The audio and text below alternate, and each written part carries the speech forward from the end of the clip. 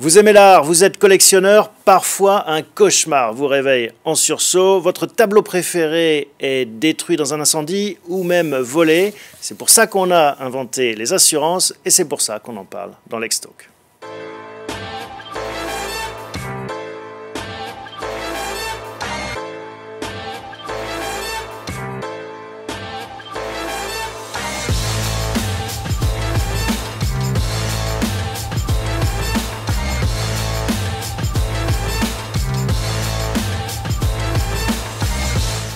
Pour vous aider à retrouver le sommeil, deux spécialistes de la société d'avocats de Gaulle Florence et Associés sont en ma compagnie, Luc Rimbaud et Xavier Prey. Bonjour à tous les deux. Bonjour Thomas. Bienvenue. On va voir ensemble le parcours et la vie d'une œuvre, non pas du point de vue artistique, mais du point de vue juridique. Comment est-ce qu'on peut éventuellement l'acquérir, la vendre, et puis comment celle-ci peut être déplacée et circuler. On va peut-être commencer par la problématique de l'acquisition. En général, ça passe par une galerie ou une maison de vente aux enchères. Comment est-ce qu'une galerie, pour prendre cet exemple, doit-elle s'assurer ? Alors une galerie va s'assurer finalement comme un vendeur de biens habituel. Elle va assurer les œuvres qu'elle expose au titre des choses, comme contre le vol, contre l'incendie, la dégradation. Cette assurance de vol-incendie, elle pourra se retrouver déplacée chez l'acquéreur, le collectionneur, ou encore le fonds d'investissement. Pour le fonds d'investissement, c'est encore plus important de s'assurer puisqu'il y a une valeur dans laquelle il a précisément investi. Lors de l'acquisition, on bascule, si on l'acquiert en salle des ventes, ou même auprès d'un galériste, on bascule vers des questions de responsabilité. Est-ce que le galériste doit garantir l'authenticité? Doit-il se faire assister d'un expert?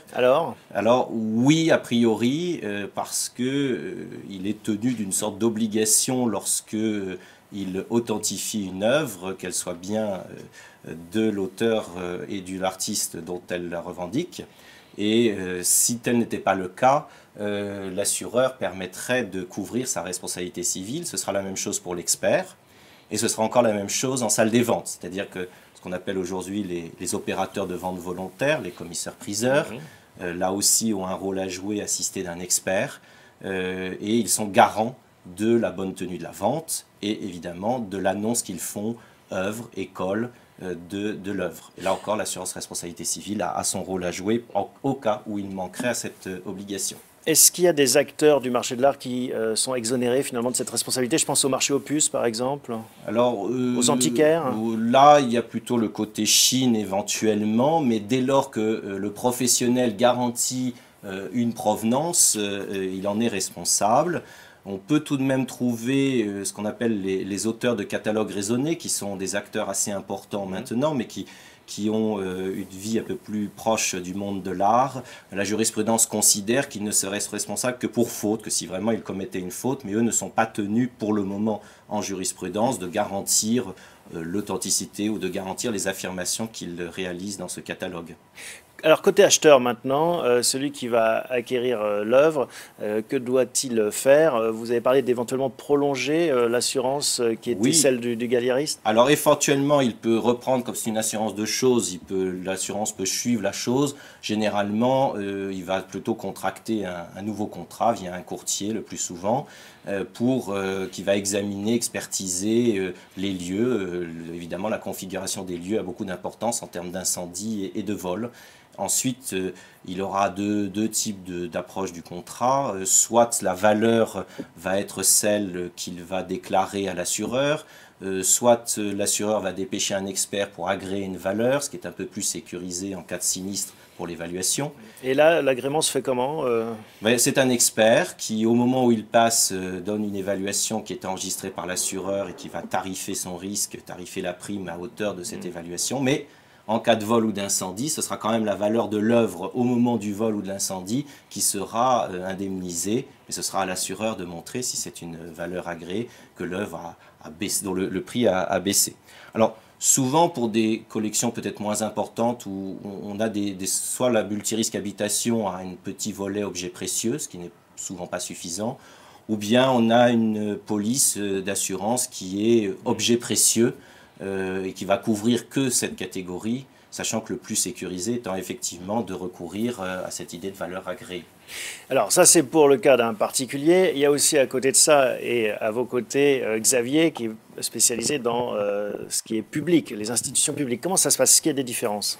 Oui, il y a des différences. Pour un collectionneur privé, c'est absolument indispensable de s'assurer et de bien s'assurer. Avec Luc, notre expérience montre que les assurances, lorsqu'elles sont souscrites, ne sont pas toujours satisfaisantes.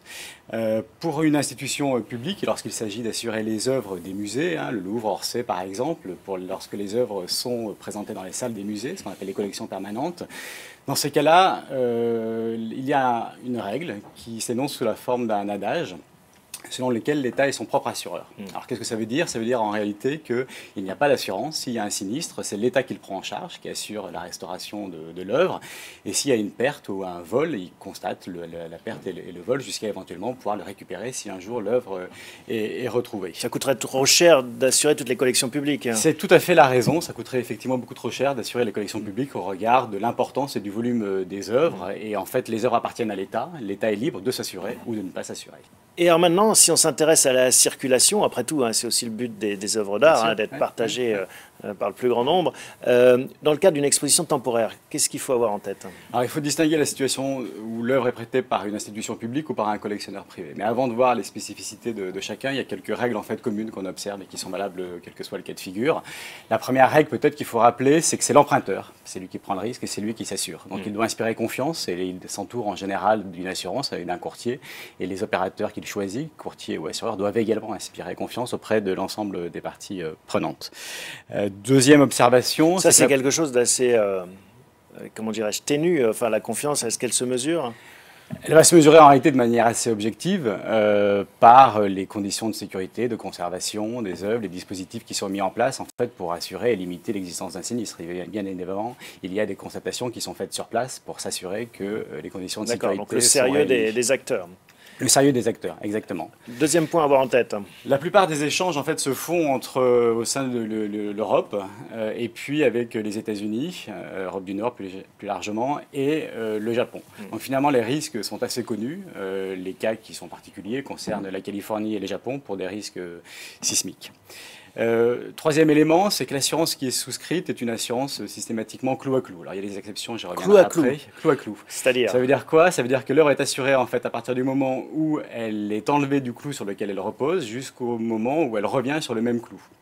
Donc toutes les opérations sont assurées, le transport, le séjour et toutes les opérations intermédiaires entre ces deux opérations particulières.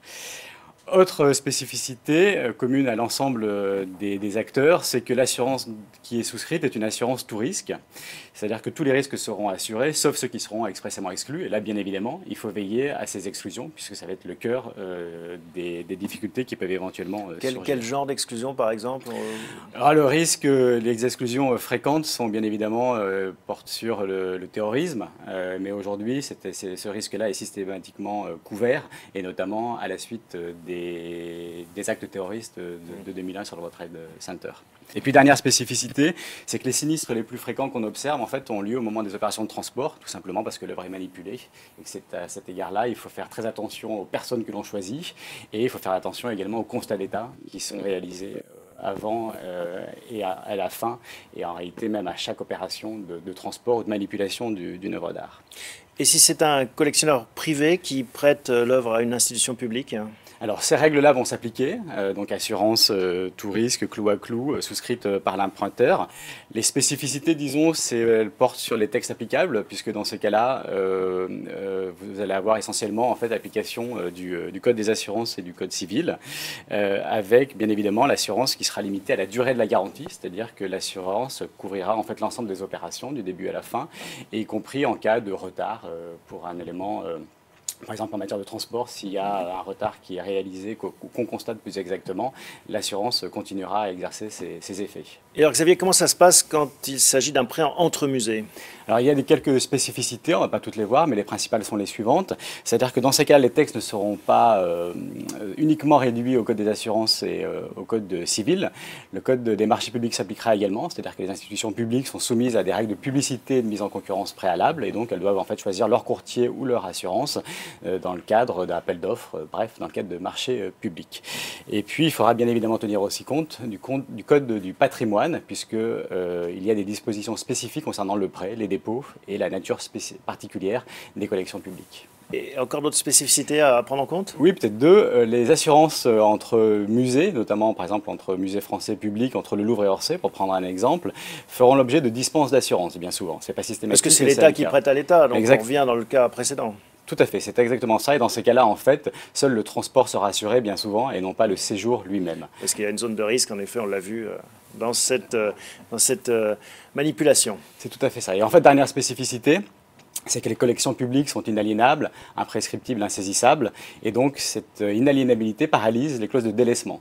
Une clause de délaissement, ça veut dire quoi? Ça veut dire que la personne qui est assurée, au cas où l'œuvre serait perdue ou volée, va être indemnisée à raison de cette perte de l'œuvre.